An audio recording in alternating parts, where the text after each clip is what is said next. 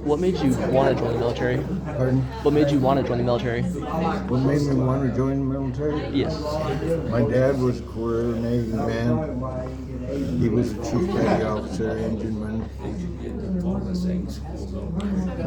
I worked in his machine shop. He knew a lot about machines. When I was 15, I could run a lathe, I could run a drill press.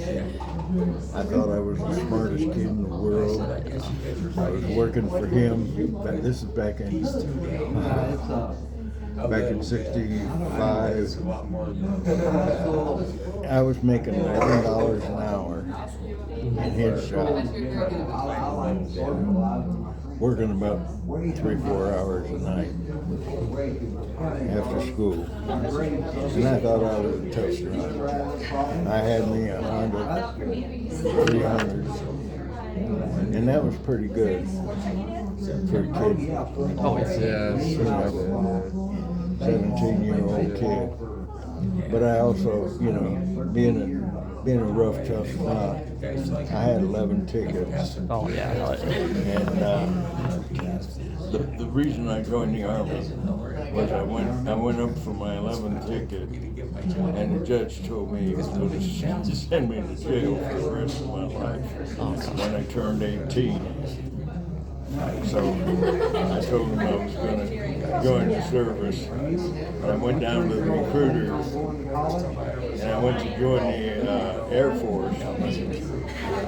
And the Army recruiter said, no. I talked to the judge, you're coming over here. And I went over to see him, and the Army recruiter said, I already talked to the judge, and I talked to your dad. Now my dad was a W-4 and then Navy. He was a rough, tough guy. My dad invented 4 different types of cameras for the Navy. He was in photography. He was a smart guy. He ended up working for Howard Hughes. Oh, okay. Hughes Industries down in Los Angeles. Now he was smart. And him and the judge got together. And when I went to the recruiter had me signed up. Army, Vietnam, Airborne, Ranger. Oh, so you were. And I was a little shit. I was a little bitty shit. They were sure that they were going to bury me. I had muscles because I was doing flanges. I was making flanges with my dad. And those flanges were heavy.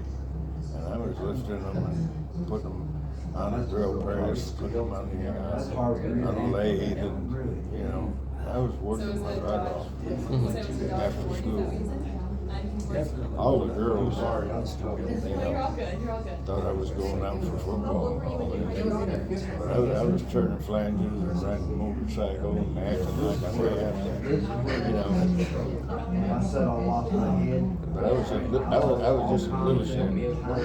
And when I went through basic and AIT,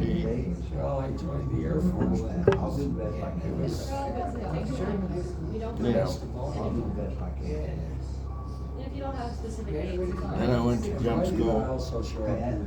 Everybody thought they were going to kick my ass. I have been disabled. I've been 100% disabled since 72.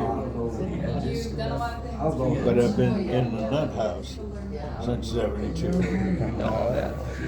I've been in a wheelchair since, 10 years ago. But before that, I limped around a lot. I had to fight my way up. I had to go through, going through the nut house was not fun. Yeah, no, see. I mean, I can tell you about electric shock. I can tell you about Thorazine. I can tell you about all the types of drugs they take in there. I can tell you some whoppers, but I'm not gonna waste your time. All I'm gonna tell you is get a good education. I'm not gonna tell you how to be a loser. I'm gonna tell you how to be a winner. I actually typed it. Okay? Yes. My wife Get there. is from Brazil. She went to a Catholic nunnery. She went to a It's church easy to follow, and it's like it's competitive, but also to go to school ever since grade school. You know, real nunnery, because all the Brazilians, the rich people. Her father was a general in the Brazilian National Guard. They don't have an army; they have a National Guard. Her father was a general in the Brazilian National Guard. He owned a big plantation. She was raised on a plantation.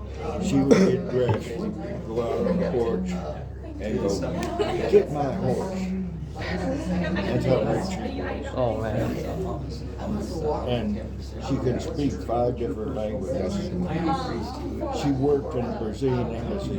That's how she met her husband that made the nuclear power plant. He came to Brazil to make a nuclear power plant. And that's how she met him. So I'm not lying there. Yeah. You know, I mean, you know, believe me or not, but that's Allison. she's a very shy person. She's been here. She's met these guys, and she loves all vets. And she's married. She'll tell you, don't.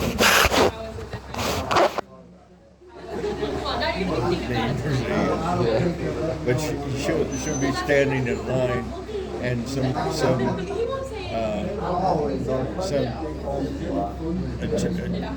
couple Chinese ladies will be talking Chinese, and they'll be arguing about what the stores run like or something like that, or they'll be speaking Spanish and talking about how bad the store is and stuff like that, and then she'll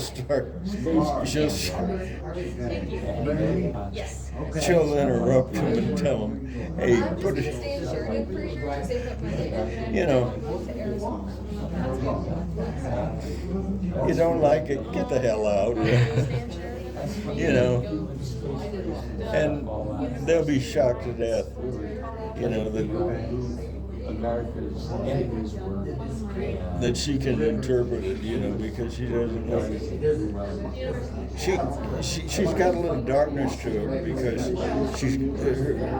she was adopted by her parents. She was left on the doorstep, and she's got a little darkness to her. She thinks she might be a little bit mountain art, but she's got a little blonde texture to her hair. So she thinks she might be a little German too, because a German officer used to come to her house all the time and visit her dad. So she thinks she might be a little German too, because the Nazis used to be around Brazil, around that area, and she remembers one Brazilian officer, and It's engineering design. So she's got a few clues, it started off more mechanical. you know, So we had to to design and re-engineer where all that gold is, but you know, it's long gone by now. Yeah. But, you know, she doesn't talk about any of that type of Just stuff. the University of Wyoming. She knows where he lived and all that, but she's not. That part of her life is gone. She doesn't talk about it. She's American now, I guess. Yeah. I asked her about if she wants to go back, and no way, you know. She ran away from her parents when she went to work for the embassy, and Yes, sir. she don't want nothing to do with that, with the foreign life. Yeah. She's 100% American. About But like, there's so many things about the world that you can learn. Do you like reading? I like reading. I was just about to ask if you like reading. I like reading a lot. I love reading. Read all you can. Read all you can. That opens a gateway to everything. It's true. You know, have you studied Civil War? Yeah, but only in school, and I've read some about it outside of school. You know where, you know who General Lee was married to? No, but I know who General Lee was. You know who General Lee was. Do you really know who General Lee was? You know Arlington Cemetery? Kinda. It's vague. It's vague. You know that General Lee was that was his ranch? Really? Yeah. He married George Washington's granddaughter. Yeah. I didn't know that. And he lived in Arlington Cemetery. And Abraham Lincoln wanted him to run the Union Army, but he said no, and he joined the Confederacy. That's why George Washington turned Arlington Cemetery into a cemetery. Yeah. Because he didn't want Robert E. Lee to get it back. He's pretty fierce too, if I remember correctly. Lee, if I remember correctly, he was kind of like a fierce general, I guess you could say. Well, he after the war, he went to Germany and he fought for the Germans in the war between Austria and a lot of the Confederates did. And history is a wonderful thing to learn from. What is inscribed around the Liberty Bell? Yeah. Yeah. You know what is? I'm not 100% sure. Liberty for all throughout the land and all the people thereof. Like, that's one of my dreams is to go visit the Liberty Bell in person. That's one of my dreams to go see the Liberty Bell in person. Yeah. That's something to remember. Oh, You know.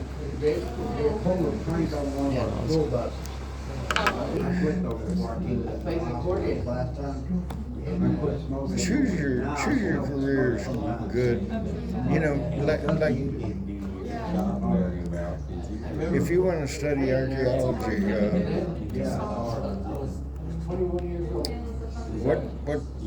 what schools do you plan on going to? Well, I'm gonna be studying anthropology. So like it's all a human study thing, like human history and like human behavior. Because history's always been like the one class I've always got like always ace. Like I've never got a B in history class. So that's always just been like what I've wanted to go into. You know, in Africa, they found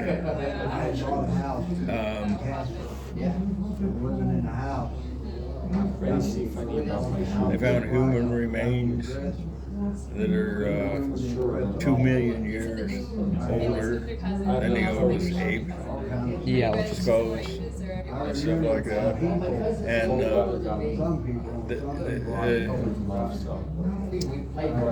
so either the aging process or whatever is out of whack, or you know. But Stanford's a good school for. yeah. No, I'm planning on going to this University of Wyoming first, and then whatever school next. Yeah. Well, University of Wyoming is a damn good school. Oh yeah, that's amazing. And especially for anthropology. England too.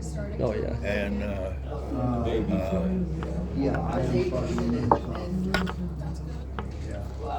I only got till 10:30. I got to go in front of the squad today. All my doctors are getting ready down there. They got to talk about me and tell me what my deal is. Yeah, no, I What get my that. therapy is. Yeah. Yeah. So, but one thing, don't be a nut. I already had my stage of that. Yeah. Huh? I already had my stage of that. Last year I spent 2 weeks in the psych ward with that, so. Well, hey, whatever happens to you in life, just remember one thing. Love is love and fun is fun. But isn't it quiet when a goldfish dies? Okay? You're on a couch with your girlfriend, with your lover, and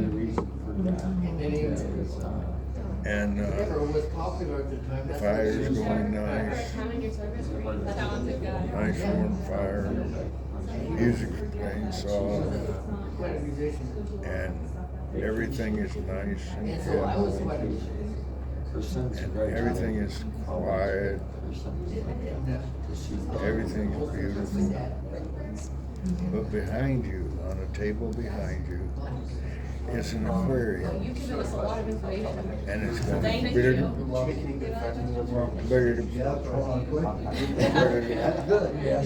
and it's taking all attention away from everything. And it's annoying. So you reach behind you and you pull the plug. Okay, everything's back to romance. The damn goldfish dies. Okay, love is love and fun is fun. But isn't quiet when a goldfish dies? Okay, it's quiet, it's romantic. Okay, love and stuff like that is the only thing that means anything. Goldfish or, $5, Yeah. you buy another goldfish. Not exactly. Flush the damn thing down. Don't mean nothing. Nothing has meaning unless you stop and explain it. Unless it has an explanation, it don't mean shit. Flush the damn thing down the toilet. Don't mean nothing. So, if anything happens, give it meaning before you do anything. If it has meaning, then you put up with it. If it don't have meaning, flush the damn thing down the toilet.